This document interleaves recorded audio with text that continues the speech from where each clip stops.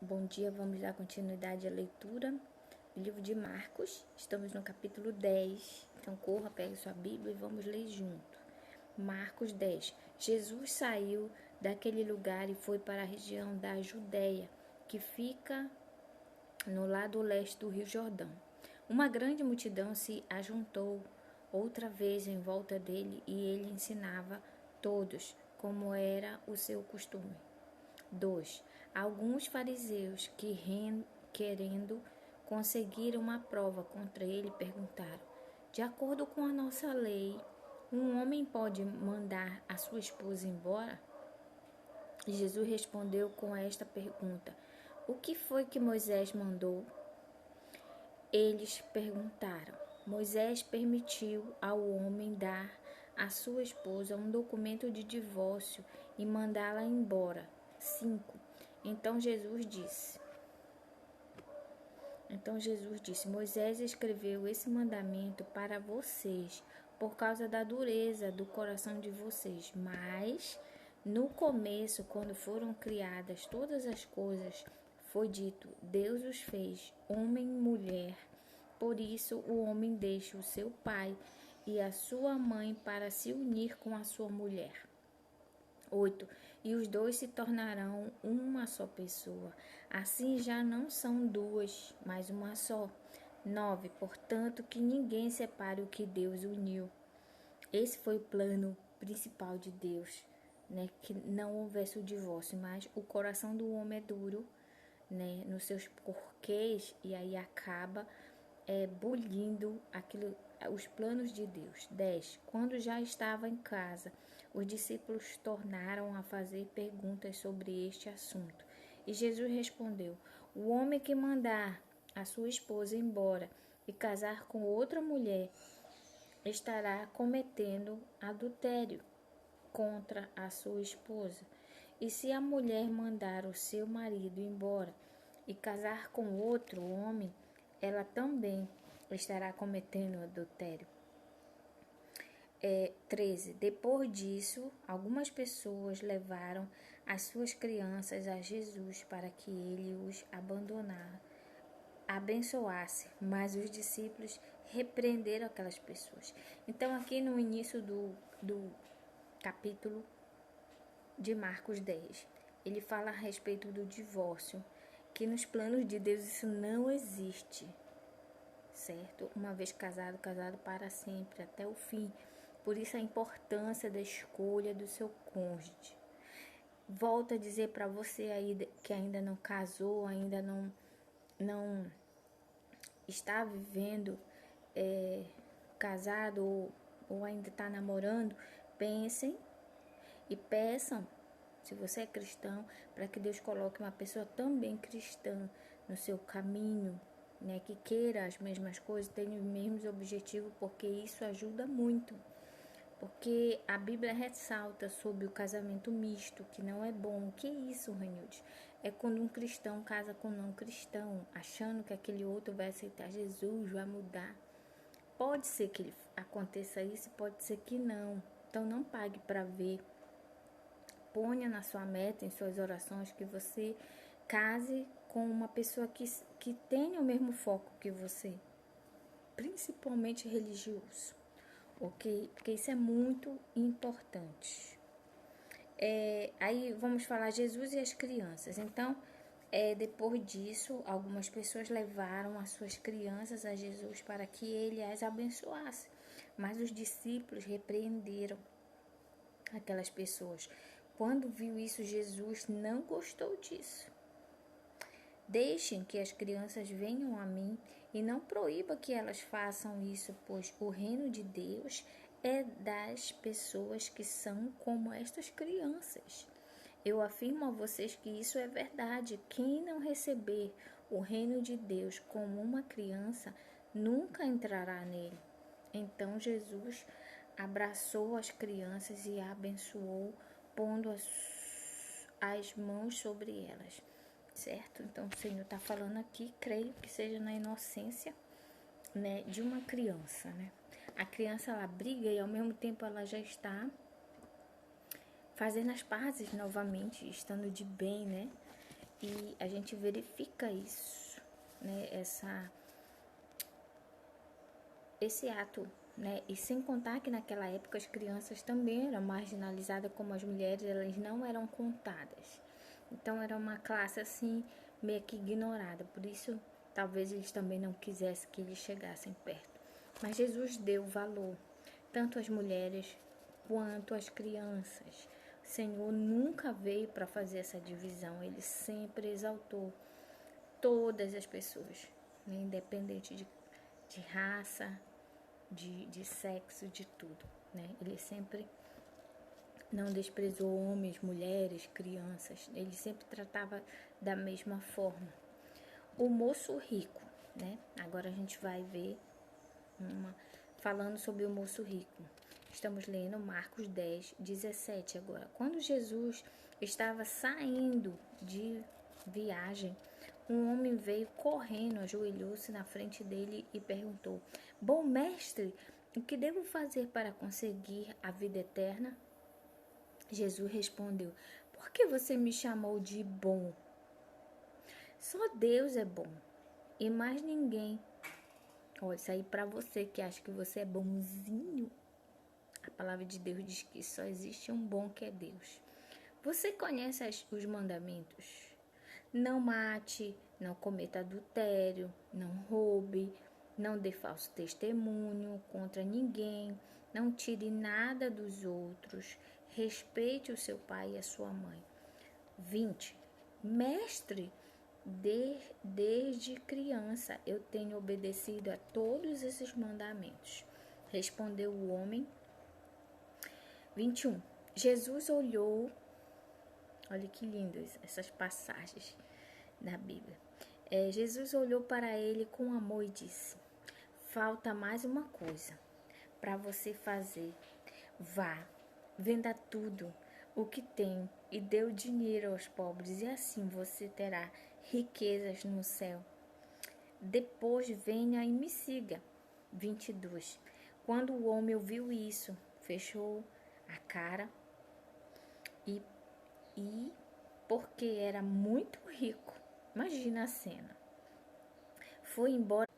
E aí ele foi embora triste, diz aqui. Fechou a cara, cadê? Fechou a cara e porque era muito rico, foi embora triste. Jesus então olhou para os seus discípulos que estavam em volta dele e disse: Como é difícil os ricos entrarem no reino de Deus. Quando ouviram isso, os discípulos ficaram espantados. Mas Jesus continuou: Meus filhos, como é difícil entrar no reino de Deus. É mais difícil um rico entrar no reino de Deus do que um camelo passar pelo fundo de uma agulha. Né? Então, ele estava contando aqui para mim e para você dessa forma, porque Deus, ele sabe todas as coisas. Jesus era o próprio Deus. E Jesus sabia que aquele homem era muito rico. E Jesus sabia que o dinheiro para aquele cara era tudo. Né? Ele já fazia as outras coisas que a lei mandava não fazer. Porém, o coração dele estava voltado para as riquezas deste mundo. Será que hoje a gente ainda vive assim? Será que tem muito cristão aí que vive em função de dinheiro, de querer ficar rico, de ter um bem bom aqui o tempo todo? Cri, fica perguntando ai. Não vou expor ninguém, certo? Então cuidado, onde está o teu coração?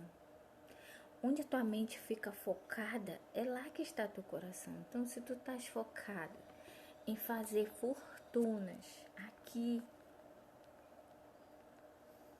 né, com certeza o reino dos céus não é o teu foco, né? Porque a grande maioria age assim, né? A gente fala, não, mas existe rico que ajuda, que não sei o que. Ei, é um entre mil. Então foque o reino dos céus. Quando viram isso, os discípulos ficaram espantadíssimos e perguntaram uns aos outros: então quem é que pode se salvar? Jesus olhou para eles e disse: para os seres humanos isto não é possível, Mas para Deus é possível. Para Deus tudo é possível. Então ele está dizendo, por nós não é possível a salvação. Se fosse depender de nós. Mas como depende de Jesus, de aceitar a Cristo, do sacrifício que Jesus fez, a gente consegue, né, a salvação. Até porque ela é um dom gratuito e é uma graça. É algo imerecido. Nenhum de nós, por mais que tenhamos, que nos esforçamos, nós não conseguiríamos chegar à salvação se não fosse pelo ato de Jesus morto naquela cruz. Por isso a necessidade dele vir, e a Bíblia fala isso, e ele ter vindo, ele ter morrido, para que nós tivéssemos vida e vida em abundância, ok? Então quem é que pode se salvar? Ninguém, né? Jesus olhou para eles e disse, para os seres humanos isso não é possível, mas para Deus é possível. Para Deus pois para Deus tudo é possível. 28. Aí Pedro disse, veja, nós... Bom dia, Maria. Tudo bom com você? Aí Pedro disse, veja, nós estamos lendo Marcos 10, tá? Daqui a pouco vai estar o vídeo lá no YouTube, Ranildes Barros. Já estamos quase chegando nos 200 vídeos da palavra de Deus. Amém por isso. Aí Pedro disse, veja, nós deixamos tudo e seguimos o Senhor. Jesus respondeu, eu afirmo a vocês que isso é verdade. Aquele que por causa de mim e do evangelho deixar casa, irmãos, irmãs, mãe, pai, filhos ou terras, receberá muito mais ainda nesta vida. Receberá 100 vezes mais casas, irmãos, irmãs, mães, filhos, terras e tem também perseguições. Olha só. Então o Senhor fala aqui que nós que deixarmos essas coisas para seguir a Cristo e fazer a vontade dele, nós teremos ainda mais. Mas aqui no final ele diz que também teremos perseguições. Tá chegando, hein? Tá ficando mais evidente isso agora no Brasil. Daqui a pouco pode piorar. Mas está escrito aqui, viu? Jesus, ele não ilude ninguém, ele não engana, ele fala a verdade e ele diz para você que você terá ainda mais aqui. Porém, a perseguição também faz parte do andar com Cristo. Jesus era perseguido o tempo todo pelos fariseus. É só ler a Bíblia que você vai ver isso. E no futuro, continuando, e no futuro receberá a vida eterna. Então, apesar das dificuldades e as perseguições aqui, no futuro, a Bíblia é clara, diz que nós teremos o quê? A vida eterna. 31. Muitos que agora são os primeiros serão os últimos. E muitos que agora são os últimos serão os primeiros. Certo? Continuando, Marcos 10, 32. Jesus e os discípulos iam pela estrada subindo para Jerusalém. Ele caminhava na frente e os discípulos, espantados, iam atrás dele. As outras pessoas que iam com eles estavam com medo. Então Jesus chamou outra vez os discípulos para um lado e começou a falar sobre o que ia acontecer com eles. Jesus disse, escutem, nós estamos indo para Jerusalém, onde o Filho do Homem será entregue aos chefes dos sacerdotes e os mestres da lei. Eles o condenarão à morte e o entregarão aos não-judeus.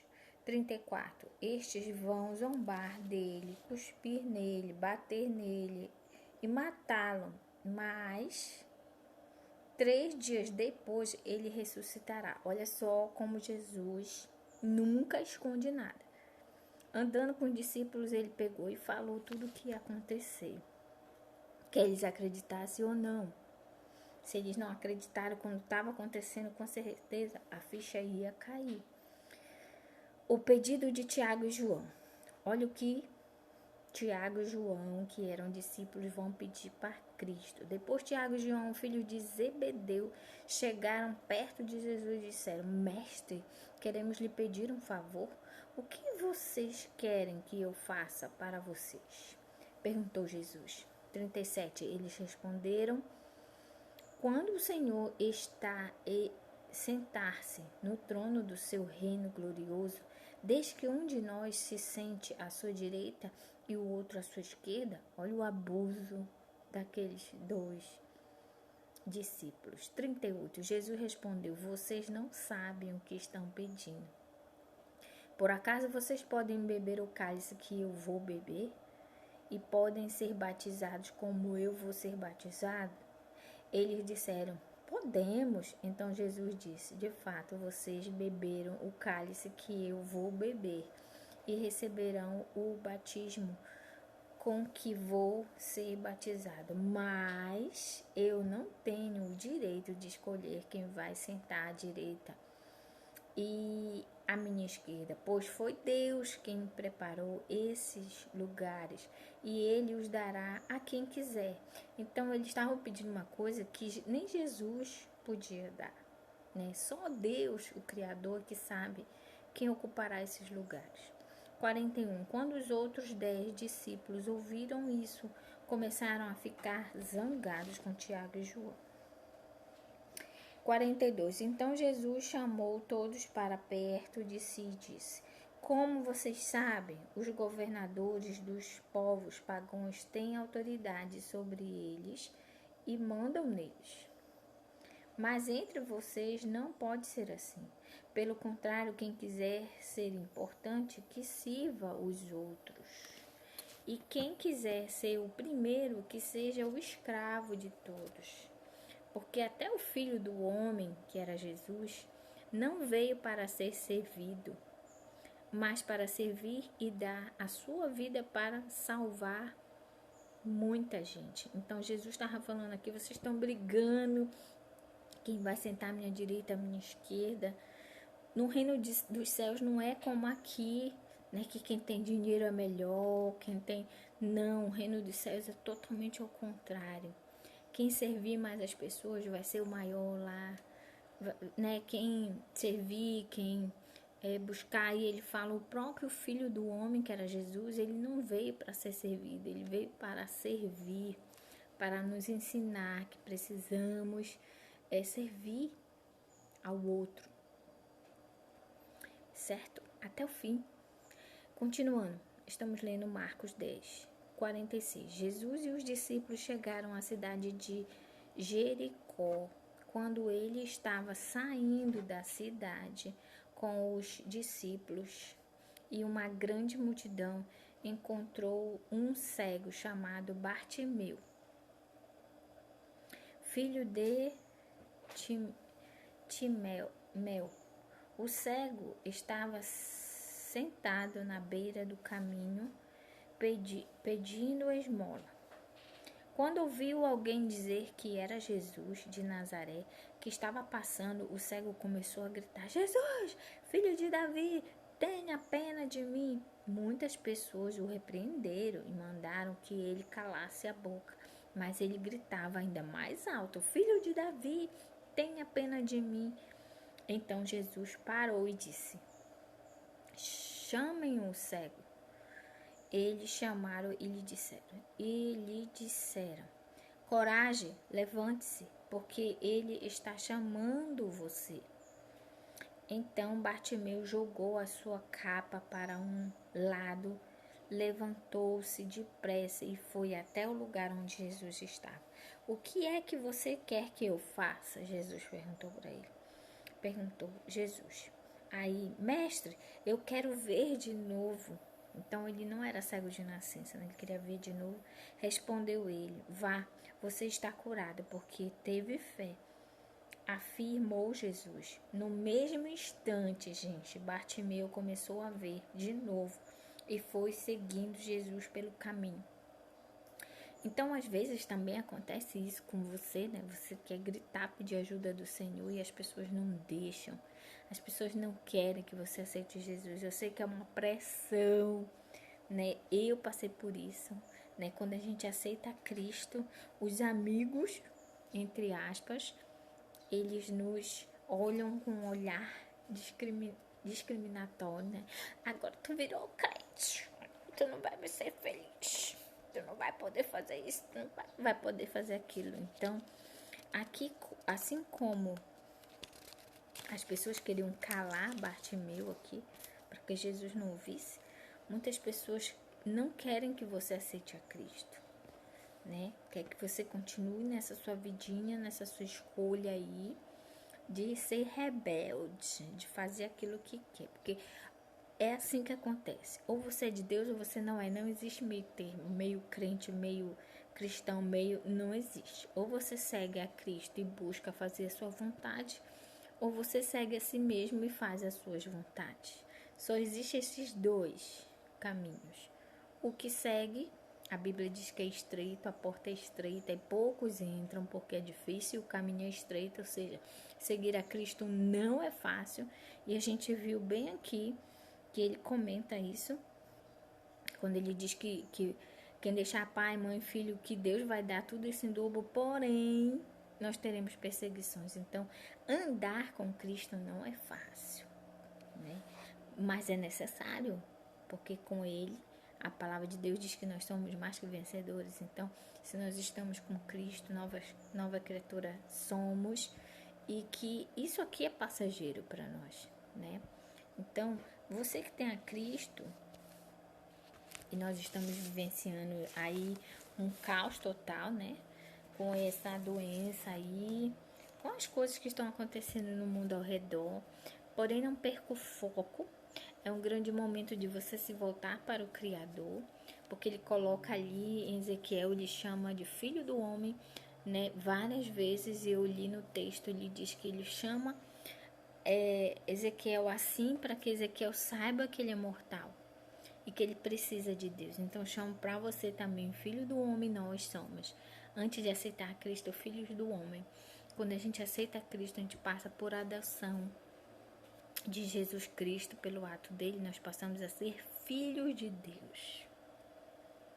Há uma diferença entre criatura e filho, né? Então, o meu desejo a você, nessa manhã de sexta-feira 13 de março de 2020, que você passe, tome uma decisão ainda hoje. Pode ser aí mesmo sozinho, não precisa ser igreja. Você pode tomar essa decisão aí, aceite a Cristo como Senhor e Salvador da sua vida e busque somente a Ele. Leia a Bíblia, tá bom? Você vai ver que o estar numa igreja é uma necessidade. É para você crescer e saber muito mais. Porque a gente sozinho, a gente não tem força para buscar e aprender. E juntos, em comunidade, a gente se autoajuda. Por isso a necessidade da igreja, onde Deus é o cabeça. Então, cuidado também a igreja que você vai escolher aí, que seja uma igreja séria, que busca o Senhor verdadeiramente e que fale e pregue a palavra na íntegra, acusando você dos seus pecados e falando que você precisa mudar, né? Se a igreja de vem como estás e fica do jeito como estás, essa igreja não é uma igreja. A verdadeira igreja é aquela que nos admoesta, nos fala a verdade e pede de nós mudanças para que estejamos com Cristo na glória. Amém? Eu vou orar nesse momento de olhos abertos por causa da internet, que caiu ou não. Senhor nosso Deus e Pai, obrigado por mais um dia, obrigado pela leitura da Tua Palavra, tanto em Ezequiel quanto em Marcos. Obrigado porque Tu nos mostras, Senhor, que nós somos mortais, homens que precisamos de Ti. E como Tu és o Criador, Tu sabes todas as coisas. Eu te entrego a vida da Dona Maria, hoje, que está aí conosco ao vivo, em Tuas mãos. Entrego a minha vida, a vida da minha família, Emanuel Alves de Barros, Lucas Pombo Barros, Gabriela Pombo Barros, em Tuas mãos. Que Tu faças de nós, Senhor, servos Teus, até o fim. Custe o que custar, com perseguições ou não, como diz a Tua palavra, com fartura ou não, com dificuldades ou não, que possamos Te buscar verdadeiramente. Que não sejamos como aquele homem rico, Senhor, que focava apenas as riquezas que esse mundo nos pode dar. E que realmente não tinha o coração na obra do Senhor. Tem muitos, Senhor, como esse cara rico, Senhor, que fazem os mandamentos, né? Não mata, não rouba. Porém, Senhor, tem um Deus que é maior que Jesus, que é o dinheiro. Então, que tu venhas a despertar essas pessoas, que essas pessoas possam ver que a riqueza é passageira, que a riqueza vai ficar aqui e que nós vamos nos encontrar contigo e precisamos ter uma mudança de vida, mudança de mente. Precisamos realmente agir, Senhor, com amor, com humildade. Precisamos servir como Jesus serviu, sem distinção de pessoas. Porque quem faz, Senhor, a obra, a mudança na vida de qualquer ser humano é o Espírito Santo de Deus. Espírito Santo de Deus, que tu venhas a reinar e a fazer a tua obra na vida de todos que te permitirem. Em nome de Jesus, essa é a minha oração, com o perdão dos meus pecados, Senhor. Eu sei que por mais que eu tente, a tua palavra diz que só existe um bom, que é Jesus. Então me ajuda a permanecer firme até o fim, no momento que eu for me encontrar contigo. Esta é a minha oração em nome de Jesus Cristo que te oro. Amém. Um beijo e até a próxima, tá bom? Cuidado, lave as mãos, não toque, evite multidões, tá bom? Beijo, tchau.